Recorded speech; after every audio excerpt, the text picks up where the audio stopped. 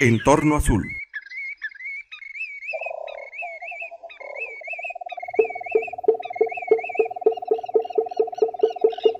Presenta.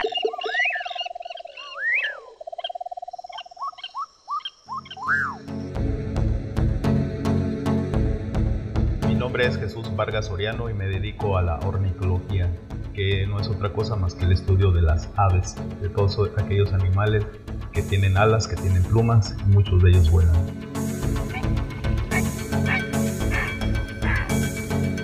Las aves son animales que han conquistado todos los hábitats terrestres, ¿no?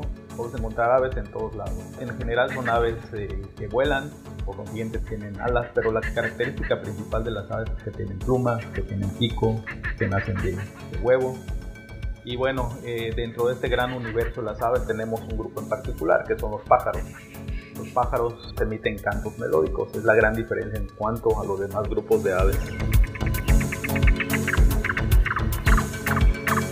Bueno, las aves existen desde hace más o menos 65 millones de años, pero esto de que existen es entre comillas, porque el origen y evolución de las aves probablemente date de años más atrás.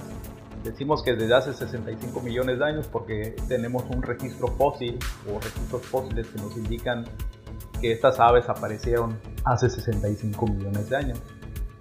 Pero en el mundo de la ciencia o en el mundo de la evolución, esto va cambiando. Probablemente el origen o la existencia de las aves sea mucho más viejo. Entonces, digamos que las aves son como animales que surgieron de un grupo muy perdido de los reptiles antiguos de la época también de los dinosaurios.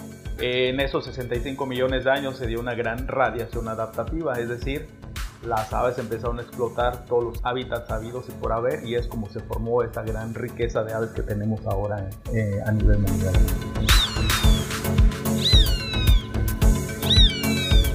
Bueno, las aves son importantes para nosotros de muchas maneras.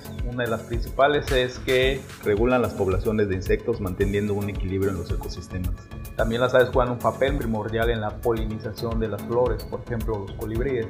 Los colibríes a lo largo de estos años de evolución generaron una dependencia muy directa con las flores, entonces hay algo que le llamamos en biología coevolución, es decir, que los colibríes no pueden vivir sin las flores y las flores no pueden vivir sin los colibríes, hay una dependencia de manera muy directa. Lo que hace es introducir el polen dentro de los ovarios de la flor y es como se lleva a cabo la polinización. Pero no solamente polinizan, sino también hacen la dispersión de semillas al estarse alimentando de algunos frutos. Solamente aprovechan, digamos que la pulpa, y al volar grandes distancias al momento de soltar, de defecar esta semilla, pues empiezan digamos que la regeneración de la selva al dispersar semillas por todos lados. Pero no solamente eso, también las aves pues, nos ayudan en el control de animales que están muertos. En este caso las aves que juegan ese rol importante son los zopilotes.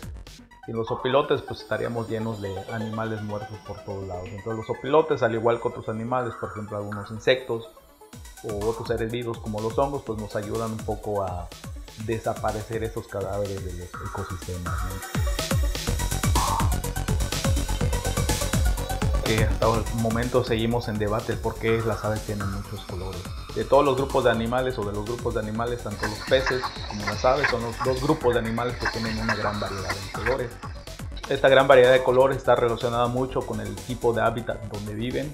Hace 65 millones de años se originaron las aves más o menos y empezaron a colonizar aquellos hábitats que habían quedado vacíos.